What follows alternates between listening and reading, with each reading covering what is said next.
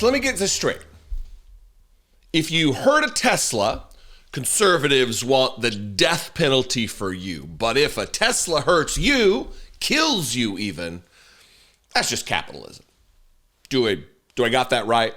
Am I adjacent to the point? Am I near the objective that they are laying down? Because that is what took place on Fox News yesterday, where Harris Faulkner, the ghoulish fake Christian who can't stop running her gob about how much she loves Jesus, wants the death penalty for someone who harms the company Tesla. Now, she puts it in terms of if you harm a child or someone's pet might be in the car, creating scenarios that do not exist.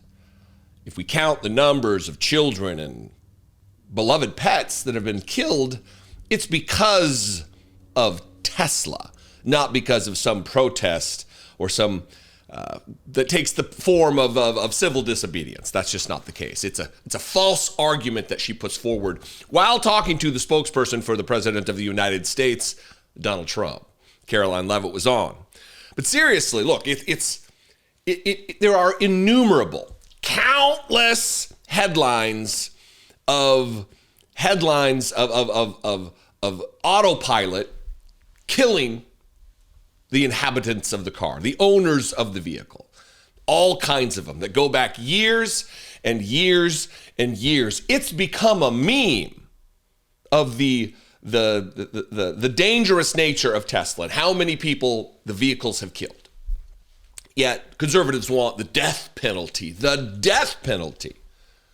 for a protest against Tesla. Here's that moment, and then we'll talk about some of the other elements on the other side.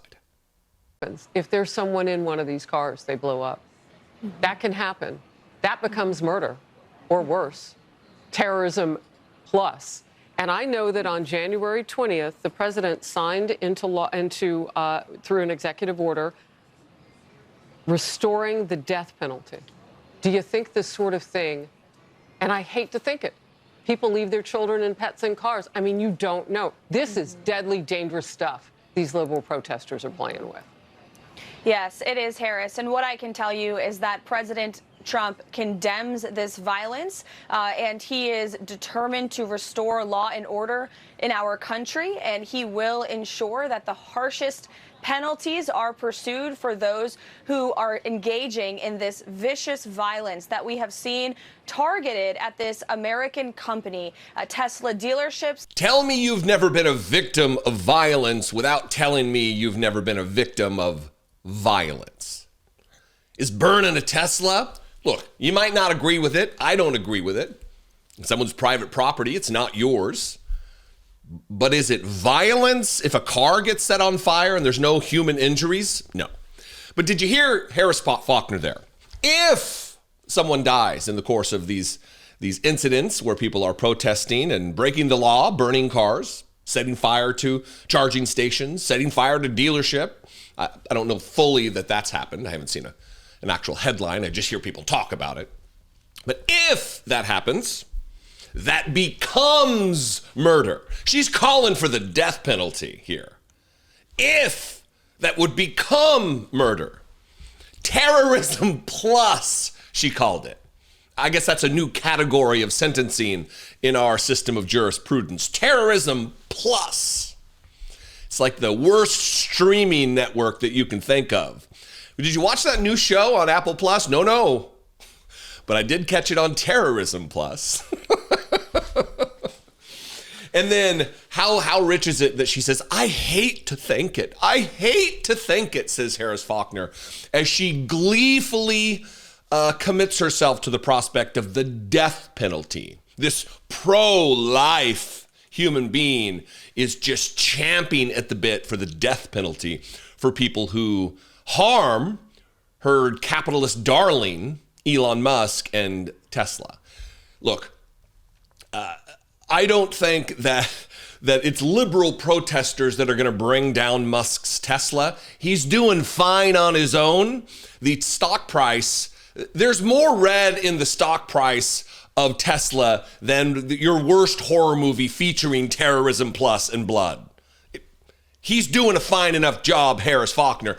if you want to assign the death penalty for killing something, you need to get it on Elon Musk for killing his own company. Man, I'm coming up with all kinds of zingers right now. They write themselves these jokes because of the jokes. Wow, really, I'm just doing it, huh?